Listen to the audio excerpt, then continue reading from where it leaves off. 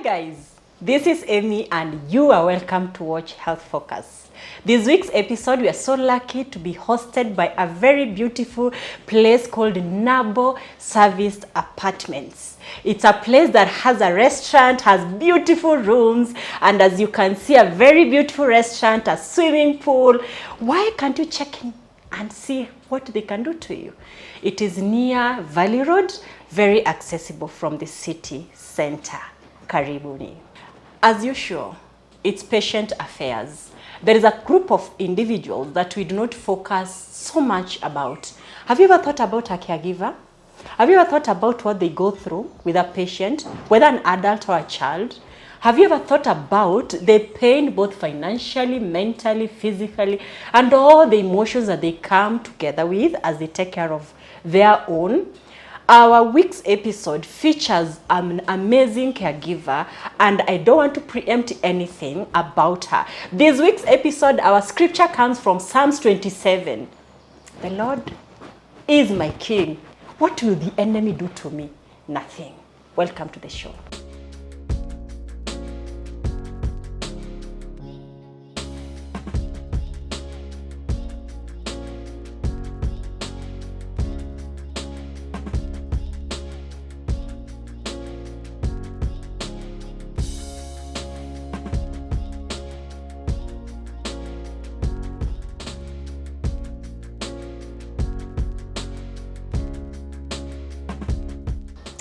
Let's welcome her to the set.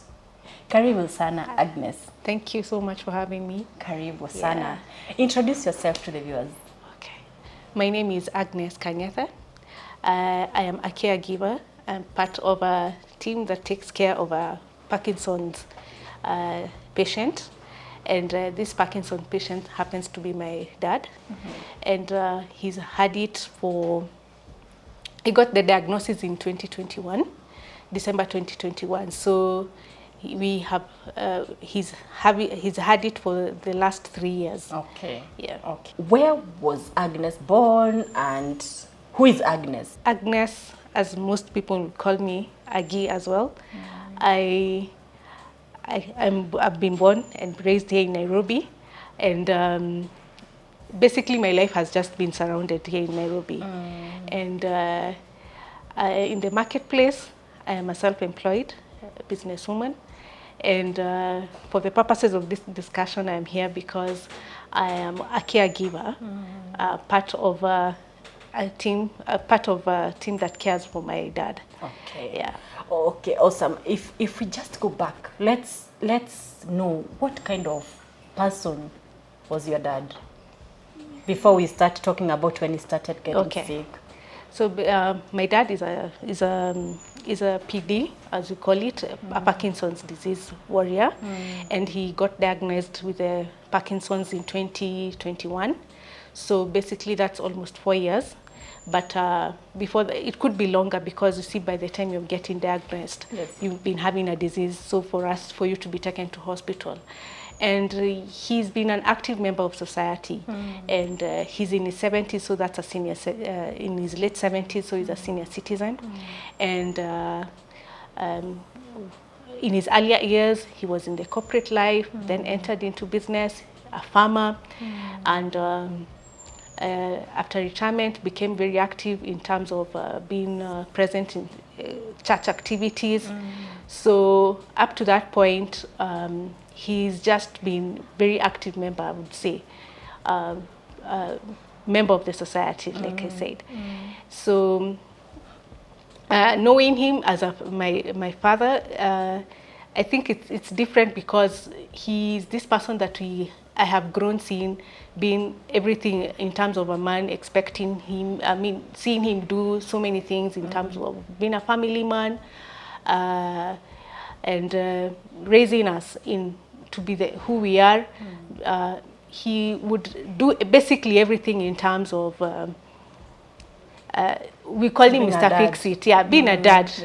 So he would fix everything. And I remember growing up, I'm the last one, and I would be the person that, you know, we've grown up, like I said earlier, we've grown up in Nairobi, and I would be the person that he would call to go. Back in the day, I don't know, we grew with those TVs where you had to go and put the antenna up. So, and you move the aerial here and there. Unamwambia bas ni hapo. So, and anything that needed fixing in the house, I would be there. I would be his assistant.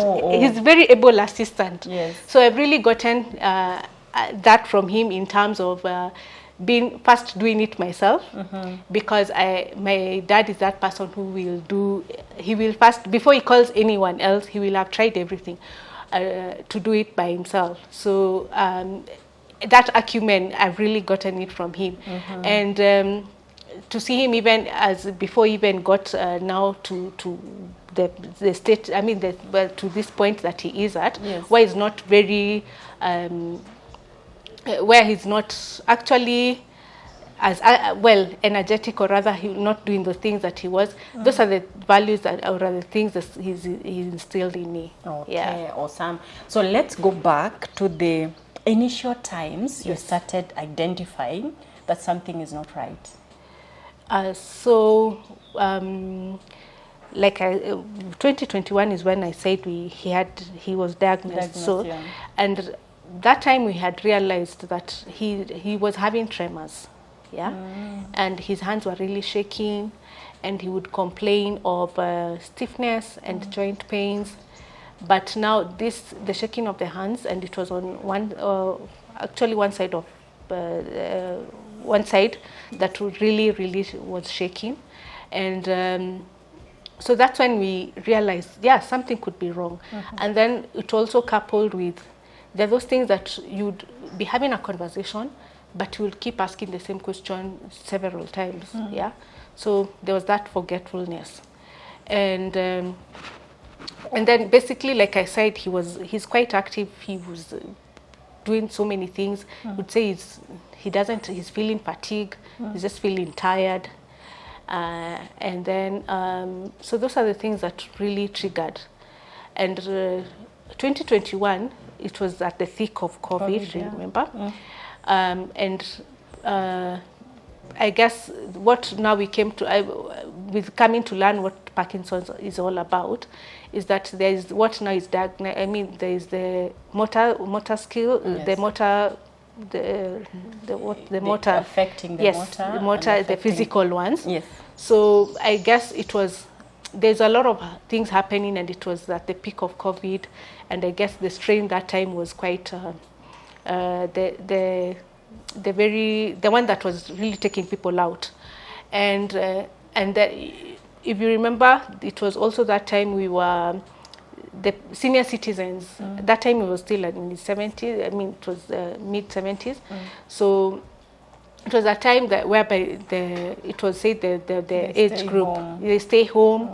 A lot of the ones that were mostly affected were the older people, and it was well, we thought probably it was because of seeing other people getting sick and unfortunately dying. We thought probably it is because of just having all that around you. The pressure of not mixing with people. Yeah, so I guess when we look back and getting to know what to expect with the symptoms that come with it, is that it could have started earlier with what we see as psychological, because, and then, you know, now they were not going anywhere. Even when there was lockdown, the people that were said to be vulnerable, they were among the group that was deemed to be vulnerable. So there was not so much movement. So there was that bit of isolation, which also made him not be around many people. And then it was basically seeing that it was not having that kind of life that he was having.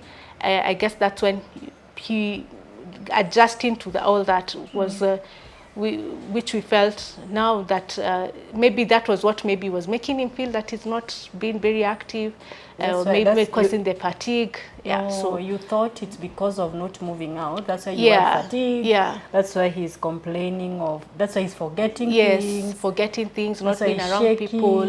Yeah, church became something that is a retired church elder, and church was one of those main things that he used to do. And now him There's not no being able, church. and now you're coming to do it online. So those are the adjustments. You know, now we got to what we were calling a new normal.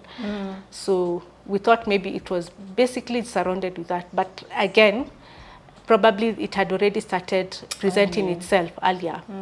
Yeah, so up until that point of where now we saw that it was really affecting him is now when he started seeing the physical symptoms. Yeah. So it might have begun earlier. Psychologically. Yeah, true. At what point you've now said, let's see the doctor? There was that slowness in movement, and now the saying that he's really getting tired. My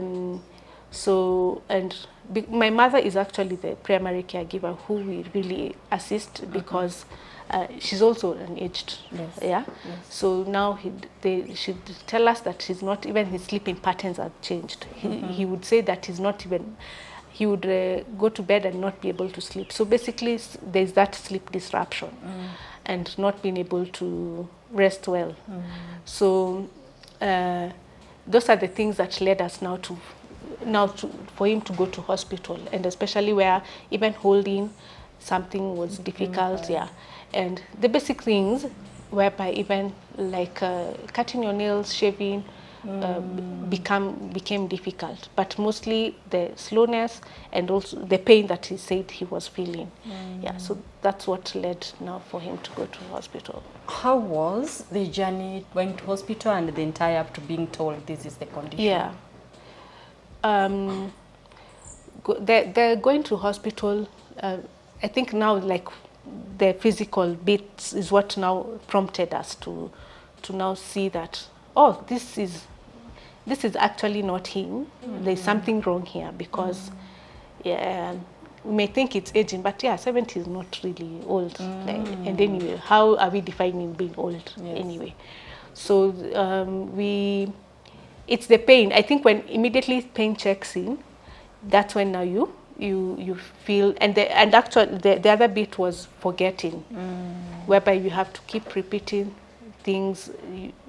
Tell him, he'd ask the same thing like 5 times in a span of maybe even 30 minutes. So I think that was the biggest trigger for us. But meanwhile, I guess also because of again being COVID period, thinking that it is maybe COVID, stress and all that, and so he would have like a cough, which the doctor said that it was when we go to hospital, his chest scans and were all clear, so it was more of an allergy, but they were quite persistent. So the one that really triggered for is the shaking and the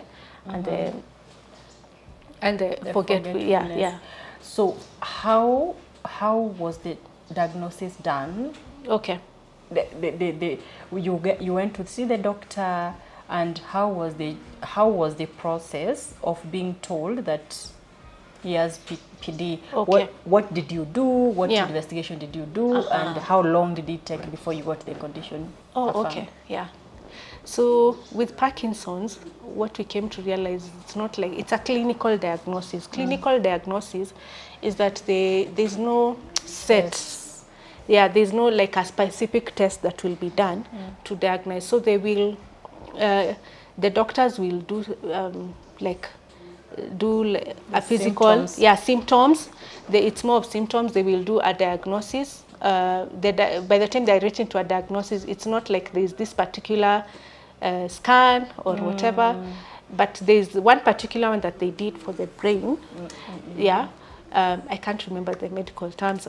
Can be quite something. I'm not sure. Electrocardiogram of the brain. Yes. So they did a certain scan which showed that there was that part of the Yes, the neurons that are supposed to the neurons that release the dopamine. That is what now they had seen that, I think, yeah, there was the issue. So then that's when it was now the diagnosis that it's an issue with his brain is not able to generate a lot of dopamine, and hence everything else that we had. Yeah, I guess at that point it was comforting to know that at least we know, there are diagnoses. And like many cases you hear, or rather even for people that they go through a cycle of just misdiagnosis and all that.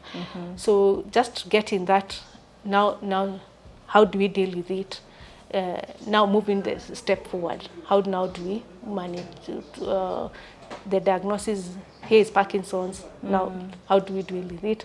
What is it all about? Yes. Did you receive that information at that time on, now this is the diagnosis, this is the prognosis, this is the journey, this is what is expected of you? Did you get that information in that one-stop moment?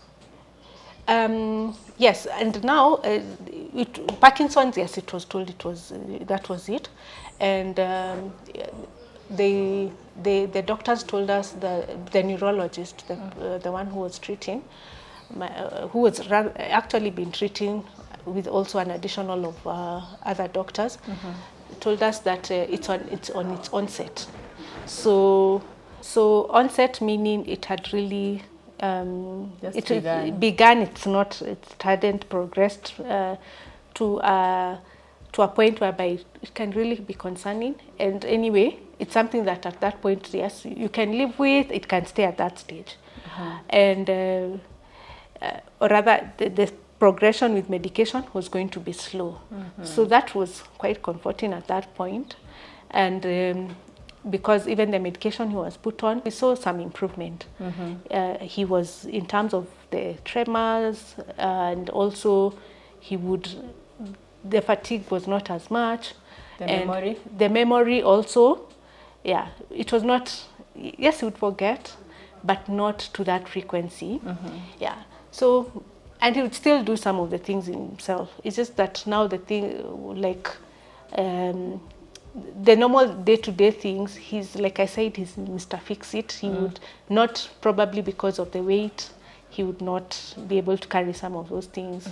Yeah, so, and he had been like that up until last year, when now we started seeing there's significant change, and still on medication, because he would go for his regular clinics with the neurologist, and you're done the test. Yeah.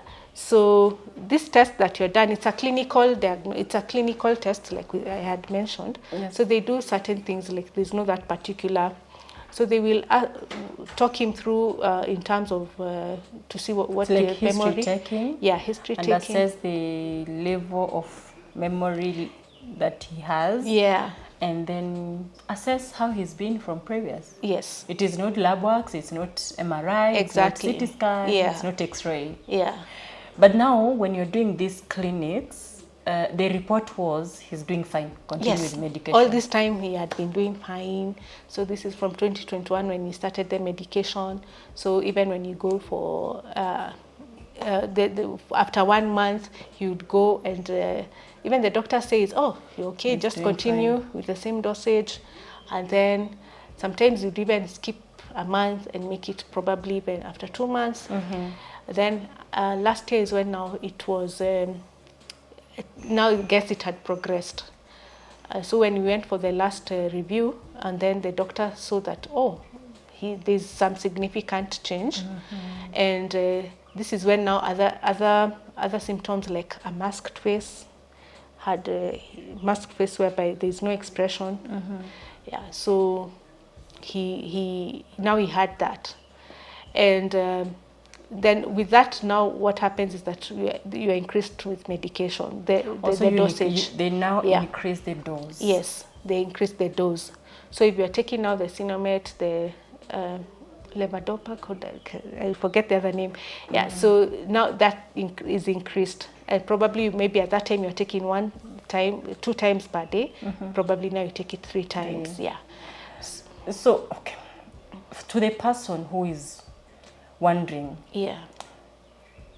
is it going to get better? Are we going to now reduce the medication again?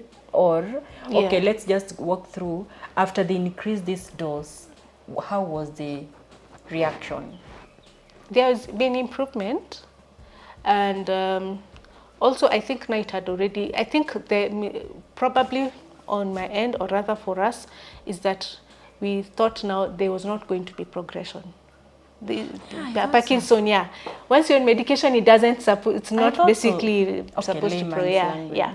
So I guess now that one will say, okay, at least it's onset. It will remain at that stage. Let's not even think.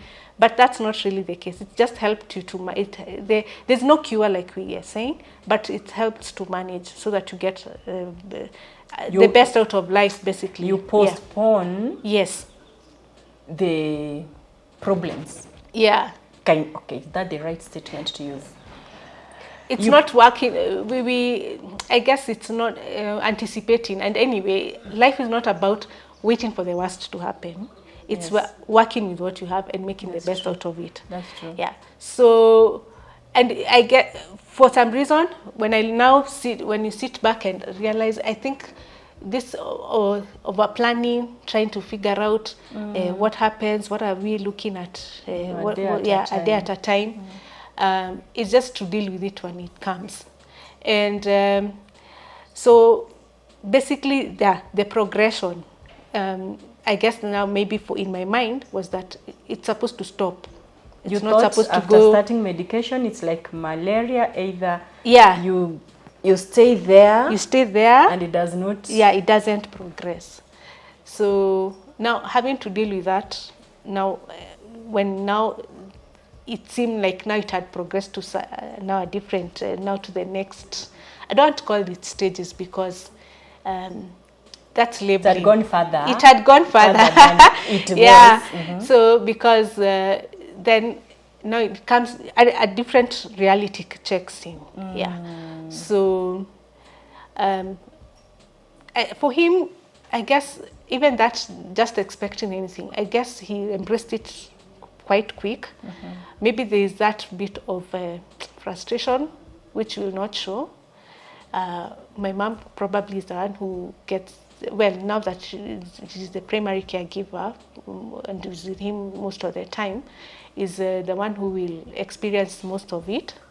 But even when we're there, he seemed, I guess, being around the people that he loves and being around, it helps him in a certain way to, it gives him a lot of hope, and also, it comforts him in a certain way. Let's talk about a caregiver. Yeah. Or a person responsible for the patient's healing. Okay. Is it a patient? I was trained on how to call these warriors. Clients, these warriors. So let's think about a caregiver. You as a caregiver in the process of seeking for your kin's wellness. How is that journey like for you? I guess even first accepting was hard because in my dad's situation, once you got that, and I think you're first waiting to hear, how is this like? And then you would just capture what will work for you. And at this point where it was said that it's at its onset, but with medication, so I think we cling on to that. So even trying to read more about Parkinson or getting to know much about it, that you put aside. You focus on its onset. Yeah. It's like you block and then feel any feelings. Yes. So maybe you call that denial. Yeah. So, and with parents, really, they are quite resilient. Yes. They will not be the kind of, they will not show you that they are struggling, and they will, watajikaza tu, they will, they will tap in it for you to see that they are strong. So which is a good or bad thing in the same measure. Exactly. Getting to know that, I guess, and seeing that physically, it was, other than now, he's not able to do the things that he used to do before. He's not this person that we knew him to be. And the memory bit in terms of the recent things I may not remember, I guess it comes with that acceptance. So, and then now you adjust to a point whereby you just let him be and focus on what he's able to do.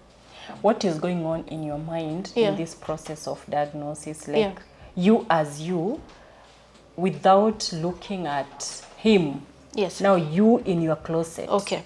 What is going on in your mind? How are you feeling? What's happening as a caregiver? As a caregiver, okay. So now that I am part of the family, even my siblings are very actively involved in my dad's caregiving. So I think it was more of a corporate, a collective way of dealing with it. So what do we need to do? How do we need to get him comfortable?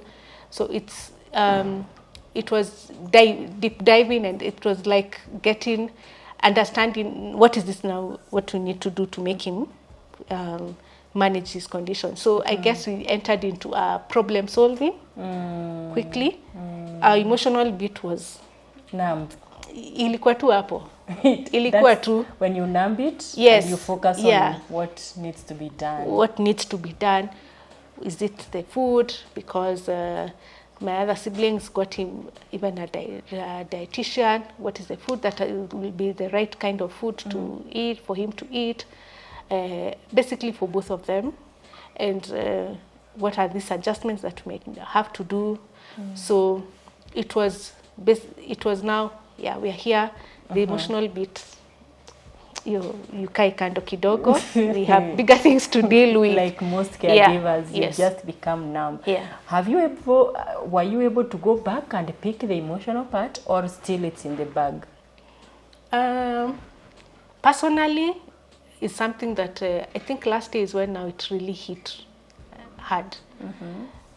Seeing him hospitalized and seeing him, now we are at a different point. So I got into a support group for caregivers, Care for Caregivers, and just to make sense. And we're also part of, even them, they joined the Parkinson's group, support group, which has really been helpful.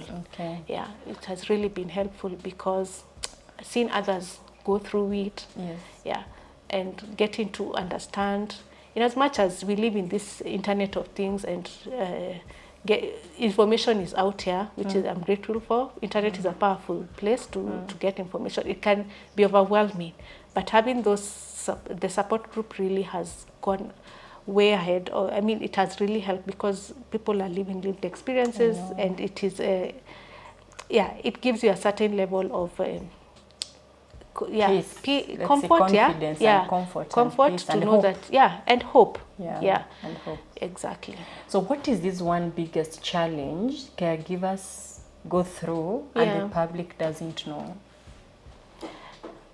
I think there's that bit of we need to figure it all. So you assume the duty of, it's like you now take that patient or the person you're giving care to and put that burden on yourself. Unaibeba na wewe mwenyewe. And which can really it can demolish. It's what even in the support group we're being told, compassionate fatigue. And that's what we're really trying to ensure, that we are all hands on in terms of the immediate family, so that my mom does not even have to feel that pressure on a day-to-day basis, and feeling, because like grief, it has its own stages. So being as much as possible to be there for them, and to assist, and getting the necessary breaks, and just ensuring that knowing what needs to be done, and what are making his life comfortable. Awesome. So if today there is a caregiver who is tired, because sometimes you get tired, having been there personally myself, how do you deflate? How do you get out of that feeling of, I'm tired? Yeah. How do you do that yourself? I know it comes with a lot of guilt, first of all. Yeah. How can you be tired? You are When taking your father is you're taking care of a parent or a partner, a spouse. I mean, give yourself permission to be human. Yeah. Give yourself permission to be human. Do the things that you that will energize you. If you have a support system, lean on to that. Yes. Yeah, lean on to that. And I'm grateful because of the privilege that for my close family, that we are able to alternate and even be able to, so that it doesn't have to be pressure for the primary caregiver, who is our mom. And she will bear most of it. So just going to be with them, allowing her to go for those church meetings, to be to do other things, and it really goes a long way. So lean on to that. I think we are being built for community. Yes. Yeah. And I acknowledge that there are some people who might not have that. Yeah. So remember that you cannot fill from an empty cup. Yeah, absolutely. Yeah. So you need to refuel. Find that thing that you love doing, and because the caregiver, I mean the patient or the person that you're giving care to. Yes. Yeah, depends on you. Totally. Yeah. So if they feel that you're getting over, they're overwhelming you, it will take them to a space that even they're you whatever determine they have, the entire mood of that environment. Exactly, and their healing process gets compromised just because, and they have this intuition, or rather they're able to see, because at that point they're also struggling with their own self. This is a person that, you mean you were this person that you were doing everything for yourself, suddenly you're not able to do most of those things. So lean into your support system, as much as you can. If that is lacking also, try as much as possible to get ways to take care of yourself. I don't know how that will look like for you. The walks, Yes. So today, if there is something you've learned about the Parkinson disease that you wished you knew before, or you are glad you've known now, and somebody is looking for this information about an African person with Parkinson disease parent, what is this thing that you've known or you wish you could have known before? Something I would wish I'd have known. I'm not sure. I think this became more reactive because you don't anticipate that a parent would have, or somebody would be diagnosed with this kind. And also just preparation. I guess what I'd say I would do differently. Deal with your emotions at that point.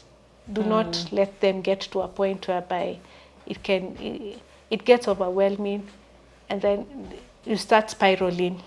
Yeah.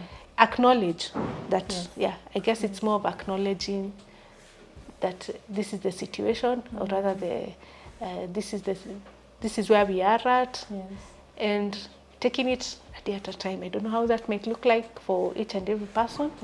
Yeah, because the circumstances might be different. Absolutely true. It's not the same. Yeah, it's not the same. What have you learned about this disease so far? You can live with it for such a long time. That's the one thing that I mean, it can. From what I have researched is that people are living full lives with it. Yeah, it might of course deter you from doing maybe other things, but you can still live a full life. You can live with it for long. I guess once you feel like this condition that you have, you're already given yourself a timeline between this and that. So just getting to know that people live full lives, it's just an issue of mindset. I wish several people could be told like that. It's a condition that you can live a full life. A full life, true. So in the process of looking for services in the healthcare space, in the process of getting to hospital and out, what message do you have for the healthcare team? To prepare us what to expect. And in as much as we are doing the clinics, is that, and seeing that everything is status quo and remains as it is, it's not to be more reactive, or rather it would have helped us know that there are things we should expect or not expect, basically. Because again, like I'd said, we are not preparing for the worst. I guess it's not living, having this mindset of living life waiting for, hey, okay, this is going to happen, waiting for that moment. So it's basically just the understanding of everything that comes with it. Yeah. So telling us what probably even the support group maybe would have joined immediately. Yeah. But again, I keep saying God's timing is the best. That is when He had wanted. But even maybe from the healthcare professionals, they might not be having an idea about support groups. Exactly. So so it's for us also to be aware. That there are support groups and refer patients appropriately. But the good thing is that even with the support group, it came from the hospital. They're the ones who actually recommended. They told us about it. Yeah. That's good. Yeah. So, but you see now this was last year, and this has been like 4 years. So I think even for them, from what they had seen with my dad's condition, and again, like I had said, in terms of people get to live with it for a long time. Yeah, even I saw even 30 years. And for a long time. PD is a disease that does not take you away, but exactly, unless other comorbidities and other issues, you can actually have a fulfilled life. It is even with that condition for life. They can make these tests more accessible. And given that now him is in the age group where it's more prevalent, and give it an awareness, because I know there are so many people out there, probably they are living, there are those misconceptions, they may have these symptoms, but they do not even know what to do, or even where to start. So it's make it known at the level 5, the level 1, they not come to Kenyatta and get to know. Because I have scanned the system from level 6 down, and I've asked myself, how many neurophysicians do we have? And if somebody is being seen at a level 3 facility, when are they going to get diagnosed? That is what has come to my head. So I wish it could get publicity, people to be just screened when it should be part of the screening process of the elderly or even the general population, so that people are able to manage these issues early enough. True. That is great. And a parting shot to the public. Okay. As a parting shot, being a caregiver can be really you can feel like the world is on your shoulders, like it's a lot to deal with. But remember that you as a person, if you are not taking care of yourself, then you will not be of any good to the patient or to the person that you're giving care to. And while you're taking care of this person, please also take care of yourself. Get a lot of support and be informed. There's a lot of information out there. Internet is a good thing if you get to use it correctly. Thanks to your show that you are bringing awareness. So equip yourself by getting to learn a lot of the things that are actually of the conditions that we're living in. So that would be my parting shot. Excellent. That is about Parkinson's disease, a rare condition that we used to hear about when we were in school, and we thought it is for the non-Africans. and here it is with us. And I know many more in the various communities might be having some small symptoms. It begins from psychological aspect. You have forgetfulness, you have some issues with memory and everything, progressing to the neural system, the motor tremors and pain of the joint, stiffness of the shoulders. If you see somebody around you having this kind of issues, give them hope, refer them to the right place to be visited or seen, check them into an area where we have a neurophysician to check the neural system and assess if something is checking in. But remember, this is a condition that is not a death sentence. It's a condition that you can have a prolonged life even after diagnosis. Let's check again next week for another episode. Goodbye.